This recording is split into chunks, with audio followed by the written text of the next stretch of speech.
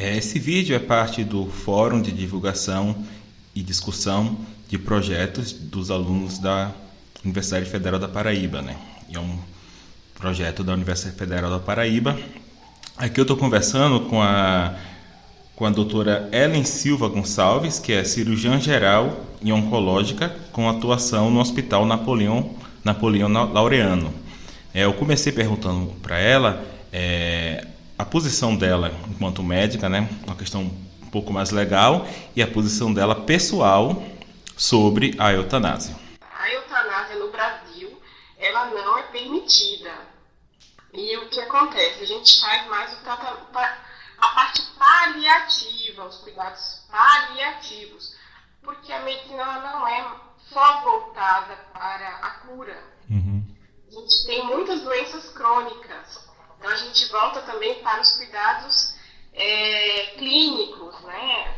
A parte de cuidado, não só de cura. Então, assim, se a gente voltar só para o ponto de vista da ortotanásia, da distanásia, porque também tem a distanásia, que é você prolongar a vida de um paciente. Até quando isso, né, você vai ficar sustentando? Já que ele não tem mais prognóstico. O paciente já com câncer avançado, com doença em atividade. Mas voltando para essa parte de legislação, no Brasil não é permitido a eutanásia, né, só a eutanásia, que é o cuidado do paciente, que é os cuidados paliativos, que a gente trabalha muito com isso no Brasil, é permitido. E vem a minha parte mesmo, que eu trabalho com pacientes oncológicos. Então, o paciente oncológico, a gente tem a parte curativa, que o paciente ele consegue curar, e ótimo, mas a gente tem a parte realmente do câncer avançado, que a gente não tem mais a cura. E aí vem todo um processo. Não é só a parte médica, eu preciso também de um apoio clínico, voltado com enfermagem, psicologia, nutricionista, toda uma equipe multidisciplinar para dar esse suporte a esse paciente que já não tem um bom prognóstico. É um prognóstico reservado que a gente fala. Até para a gente dar essa notícia para o paciente é uma fase complicada. Quando é que você diz que um paciente ele já não tem mais cura, né? Que a doença está avançada? Isso já é um problema para a gente. Chegar com o paciente e dizer, olha, acabou. O câncer ele não escolhe idade. Então vai de criança até idoso. Como dizer isso? Então até isso a gente precisa de um preparo. Então a gente vai, né, da minha parte oncológica, a gente faz o tratamento do paciente. Quando a gente vê que não tem mais cura, perspectiva de cura, a gente vai para os cuidados paliativos. E a gente vai cuidar desse paciente, aliviando dor, sofrimento, porque esses pacientes eles podem estar evoluindo com dificuldade de se alimentar, dores, dificuldade de evacuar, né? Fazer suas funções fisiológicas normais. Então a gente parte mais pelo princípio do cuidado e agindo em cima disso. Psicologicamente eles adoecem. Então a gente tem que entender que esses pacientes eles entram por uma fase que se chama a fase da morte, né? E eu consigo enxergar em todo paciente que recebe essa má notícia a fase do adoecer, que aí ele declina, ele cai, ele não aceita que está doente, ele não aceita seu diagnóstico, e pode ser que aí ele chegue a esse ponto de dizer, eu não quero mais viver, eu já não sou mais útil à vida, para que eu vou tentar alguma coisa para aliviar? Então não é só a dor do corpo, vem a dor da mente, de ele não querer mais viver. Mas e aí, eu como médica? No meu princípio, tanto médico como pessoal, não entra eutanásia. Então, eu estou para cuidar do paciente. Se eu não conseguir curar, eu vou cuidar. E aí, a parte de chamar esse paciente para dizer assim, olha, vamos aproveitar esse que está aqui, vamos aliviar juntos esse sofrimento. Eu estou aqui para cuidar de você. Não acabou, entendeu? E aí, sim, partir para a parte do cuidado e de aceitação. Por mais que ele saiba que o prognóstico dele seja reservado. A gente trabalha em cima desse psicológico e junto com a parte clínica também, para alívio de dor. A gente tem uma gama hoje muito extensa, né, para esses tratamentos com adesivo, que o paciente consegue ficar em casa com alívio. E a gente consegue também cirurgias, né, paliativas para aliviar o sofrimento de uma obstrução ou de você alimentar o paciente por uma outra via. Mas tudo isso trabalhado com psicologia, já para ele ter essa aceitação e não estar entrando nessa solicitação de eu quero morrer, eu quero acabar com a minha vida, entendeu? Mas eu enxergo a eutanásia ainda como fora dessa perspectiva médica no Brasil hoje. Mesmo vendo que ela é muito bem aceita na Bélgica, na Holanda, né? E que sim, tem formas de você ter uma morte tranquila. Eu acredito muito nisso. Mas eu acho que a morte ela tem que ser fisiológica. Ela tem que partir do corpo e não partir do meio externo. Mas eu queria saber se a senhora já teve mas se já teve a experiência de pacientes insistirem em pedir algum tipo de eutanásia? Já. Eu já tive não só um, mas como vários. Principalmente em leito de UTI. Uhum. Muitas vezes, eles clamam, né, pela morte, né? E aí é onde chega o último pedido, né? Eles falam, por favor, eu quero ver a minha mãe, eu quero ver meus filhos.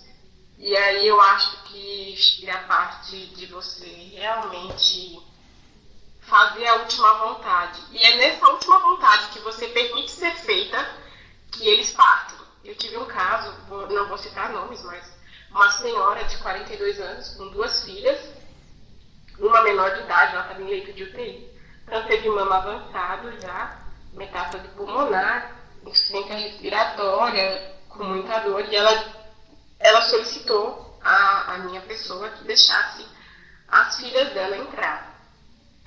Que ela queria ver as filhas dela. E ela já vinha sofrendo há 3 dias. Ela, eu não aguento mais, eu não quero mais viver. Eles se lamentam muito. E neste momento da entrada das meninas, uma das meninas, a mais novinha, deitou junto à mãe, né? Não tem como negar esse pedido, né? E você via as lágrimas caindo, né, no rosto da mãe. E a filhinha falando, mamãe, perdoa Isabela. Ela não fez por maldade. Isabela, que era a filha mais velha, desculpa, citei nomes, não queria chegar perto. Acabou que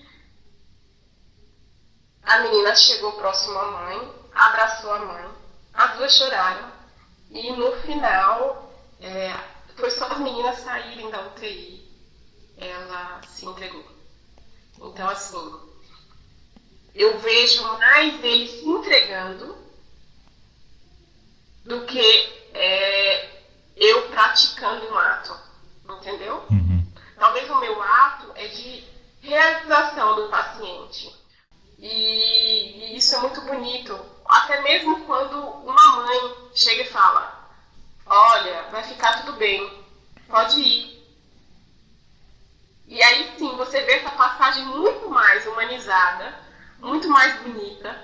Então, assim, são experiências que no momento você vê eles clamando que não querem mais, mas no último pedido, essa comunicação deles com a realização do último pedido e a partida é muito mais tranquila do que você forçar alguma coisa.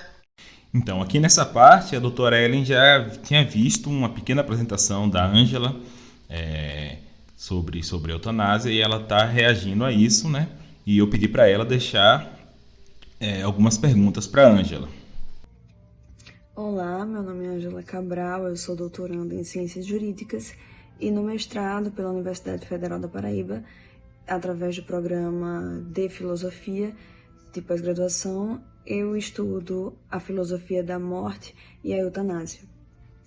E é para isso e é por isso que nós estamos aqui, para bater um papo tranquilo, leve, suave, somente para promover esse debate e a fomentação desse tema que é tão desafiador. A eutanásia é um termo que se origina do grego e se a gente for traduzir ele, nós podemos ter algo como morte apropriada ou morte boa. Isso porque etimologicamente eu significaria boa, apropriada, digna, sem sofrimento e thanatos, morte. Então temos que desde seu surgimento a eutanásia tem sido objeto de múltiplos enfoques. Trata-se de um problema complexo, controverso e repleto de dilemas de natureza moral. A eutanásia é, por excelência, um tema que concerne a bioética, haja vista que envolve, na verdade, questões relacionadas à liberdade de escolher a própria morte, a responsabilidade dos agentes, os efeitos que uma decisão pode ter, né, do próprio sujeito e as convicções morais desse mesmo sujeito. Além disso, a eutanásia também se trata de uma questão que tangencia a ontologia do ser vivo, assim como a própria dignidade do viver. Ou seja, para além disso, a eutanásia nos coloca em face de um fato, que é a finitude humana. Ou alguém até hoje não morreu. Então temos que a eutanásia não é apenas um tema que deve ser enfrentado por uma ordem apenas médica, mas também por uma ordem de natureza filosófica, jurídica, dentre outras áreas. É algo realmente multidisciplinar.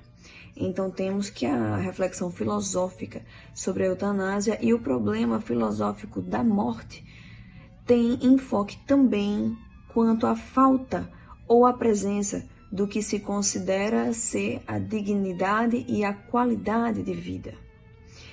E mais ainda, ao dever de humanidade para com os pacientes em situação de extremo sofrimento e completamente ausentes do que se pode ser considerado dignidade de acordo com essa falta de dignidade que esses pacientes podem enfrentar. A dignidade implica também em assegurar a condição de unidade do ser humano, do próprio sujeito, por meio de uma decisão ética que comprometa de forma responsável o outro. Já em Aristóteles, trazendo para a filosofia, nós aprendemos que ethos, ou seja, ética, concerne ao exercício das virtudes humanas, o que era considerado e chamado como arete, que poderia ser repassado uns aos outros através da educação e através disso aperfeiçoada pela exis, né, que seria o hábito, com vista à conquista de uma vida eudaimônica, que seria uma vida feliz, plena em sociedade. Com isso, nós temos que a ética nasce com a necessidade do ser humano viver em sociedade, sob a égide da justiça, da liberdade e do exercício da excelência. Com o passar do tempo e da evolução do que tange a ética, do que a gente considera ser ético e moral, nós podemos nos deparar com a bioética, que seria exatamente a ética aplicada à vida. Dentro da bioética, nós temos questões de múltiplos enfoques, como a eutanásia, que são considerados dilemas éticos e morais. E a eutanásia, é importante ressaltar, é diferente da ortotanásia e da distanásia. Bom, enquanto a distanásia é o prolongamento da vida, apenas pelo prolongamento da vida, sem considerar, por exemplo, o que o sujeito considera ser a sua qualidade de vida, a ortotanásia, por sua vez, é o que nós poderíamos chamar de desligamento de aparelhos aqui no Brasil. Seria uma forma natural de passar por esse processo de morrer. A eutanásia se diferem. A eutanásia é uma prática de um outro, é uma ação, tem um agente que abrevia a vida daquela pessoa que está em sofrimento constante e irreparável. Ainda que com todos os cuidados paliativos que essa pessoa pode ter. Então, nós temos na bioética um princípio com amparo constitucional que se chama princípio da autonomia da vontade do sujeito, que em tese deveria ser reconhecida pelo Estado brasileiro, mas que, pela nossa Constituição Federal de 1988, o Brasil, por exemplo, me parece ter uma inclinação a seguir uma corrente vitalista. Isto é, proteger a vida, a sacralidade da vida, independentemente da qualidade dessa vida. Então, dessa forma, o que acontece é que quando alguém pratica a eutanásia, existe essa criminalização. Ainda que haja no Código Penal brasileiro uma atenuação de pena, ainda assim, a prática da eutanásia é considerada criminosa no Brasil. Então, pela minha ótica, acredito que nós deveríamos problematizar essa questão da autonomia da vontade do sujeito, por conta, por exemplo, de que quando o sujeito, repleto de suas faculdades mentais, de forma consciente, pensou anteriormente sobre suas próprias questões éticas, do que ele mesmo considera ser ético ou moral a ser feito ou a não ser feito sobre a sua própria vida, eu acredito que esse sujeito estabelece a sua situação limite e que, conforme eu já falei, em alguns países, isso pode ser feito através de um documento chamado testamento vital, no qual ele estabeleceria qual que seria a sua situação limite. Ele iria dizer, de forma completamente consciente, caso um dia ele chegue a alguma situação limite, ele pede que se aplique a eutanásia, o que no Brasil não ocorre, como sabemos, mas que poderíamos pensar, refletir, fomentar o debate. Uma mera dose letal pode abreviar esse sofrimento. Existem outras formas, consideradas não tão dolorosas, ou não dolorosas. Há estudos, inclusive, sobre suprimir alguns gases, como oxigênio, para que essa pessoa tenha a sua vida abreviada em fração em algo muito, muito breve. Então, para falar de eutanásia, primeiramente, temos que nos despir absolutamente das nossas convicções religiosas, por exemplo, ou culturais, para que possamos atingir um debate de fato filosófico e de fato engrandecedor.